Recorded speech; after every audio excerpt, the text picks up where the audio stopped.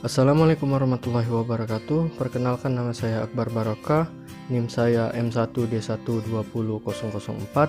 Saya dari Fakultas Sains dan Teknologi, Program Studi Teknik Lingkungan. Di sini saya akan mendeskripsikan atau mempresentasikan tentang makalah saya yang bertema karakter religius mahasiswa dalam kegiatan dan kehidupan sehari-hari. Pokok bahasan pertama, kita akan membahas tentang apa definisi dari karakter religius. Kedua, ciri-ciri karakter baik dan buruk. Ketiga, bagaimana cara menjadi insan yang berkarakter. Dan keempat, karakter religius dan Qur'ani. Definisi karakter religius.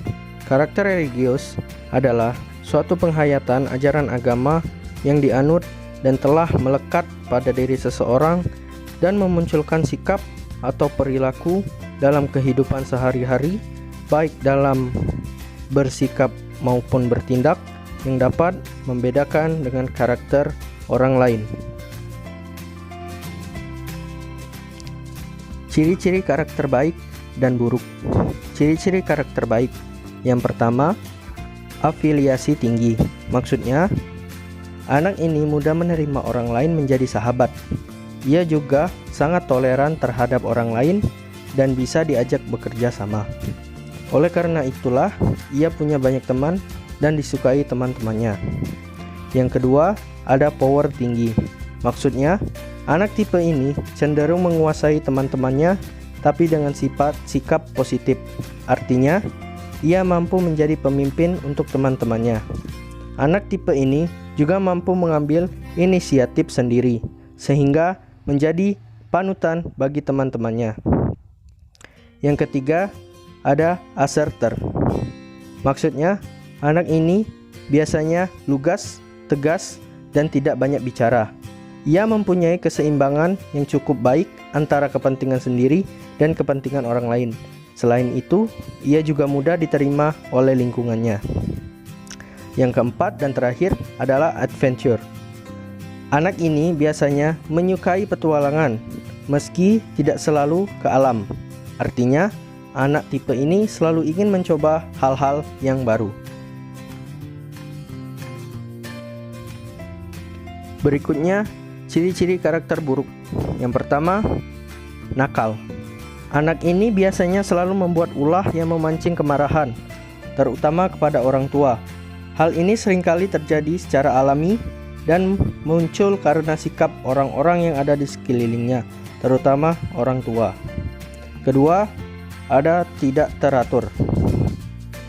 Maksudnya, anak tipe ini cenderung tidak teliti dan tidak cermat.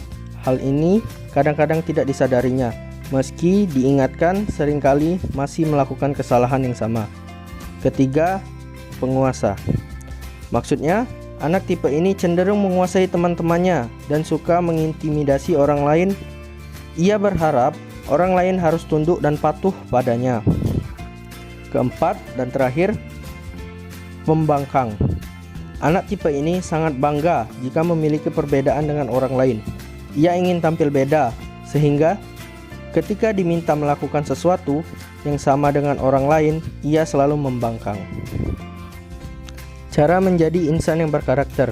Pendidikan karakter penting bagi pendidikan Indonesia. Pendidikan karakter akan menjadi dasar dalam pembentukan karakter berkualitas bangsa, yang tidak mengabaikan nilai-nilai sosial seperti toleransi, kebersamaan, kegotong royongan, saling membantu, dan menghormati, dan sebagainya. Pendidikan karakter akan melahirkan pribadi unggul yang tidak hanya memiliki kemampuan kognitif saja, namun memiliki karakter yang mampu mewujudkan kesuksesan. Menurut Ki Hajar Dewantara, cara mendidik itu amat banyak, tetapi terdapat beberapa cara yang patut diperhatikan, yaitu yang pertama, memberi contoh. Yang kedua, pembiasaan. Yang ketiga, pengajaran. Yang keempat, laku. Dan yang terakhir, yang kelima, pengalaman lahir dan batin. Cara pendidikan tersebut sangatlah tepat untuk membangun karakter anak bangsa. Pemberian contoh yang disertai dengan pembiasaan sangatlah tepat untuk menanamkan karakter pada peserta didik. Begitu juga pengajaran yang disertai contoh tindakan atau laku akan mempermudah peserta didik dalam menginternalisasi nilai-nilai positif sebagai bentuk perwujudan karakter. Apabila disempurnakan dengan pengalaman lahir dan batin, maka menjadi sempurnalah karakter peserta didik. Karakter religius dan Qur'ani. Karakter Qur'ani adalah tatanan perilaku manusia yang sejalan dengan nilai-nilai moral yang terkandung dalam kitab suci Al-Quran. Secara umum, karakter moral manusia berhubungan dengan budi pekerti yang mengakar pada diri seseorang. Baiklah, kesimpulan yang dapat kita ambil adalah pendidikan karakter berbasis nilai religi ini pada dasarnya merupakan pendidikan yang berpedoman pada pembentukan dan pengembangan peserta didik yang sesuai dengan nilai karakter dan nilai-nilai keagamaan. Dalam hal ini, agama sangat erat kaitannya dengan karakter dan karakter berhubungan dengan akhlak manusia. Pendidikan karakter berbasis nilai-nilai religi ini di sekolah atau satuan pendidikan lainnya dapat diimplementasikan dalam beberapa model pembelajaran baik dalam kelas maupun luar kelas.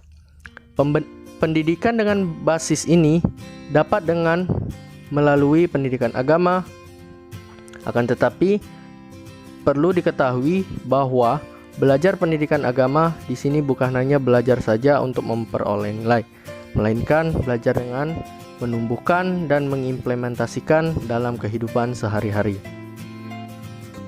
Baiklah, sebagai seorang mahasiswa yang berpendidikan dan dipersiapkan sebagai tenaga pendidik, tentunya harus dapat mengenal dan memahami tentang nilai-nilai karakter.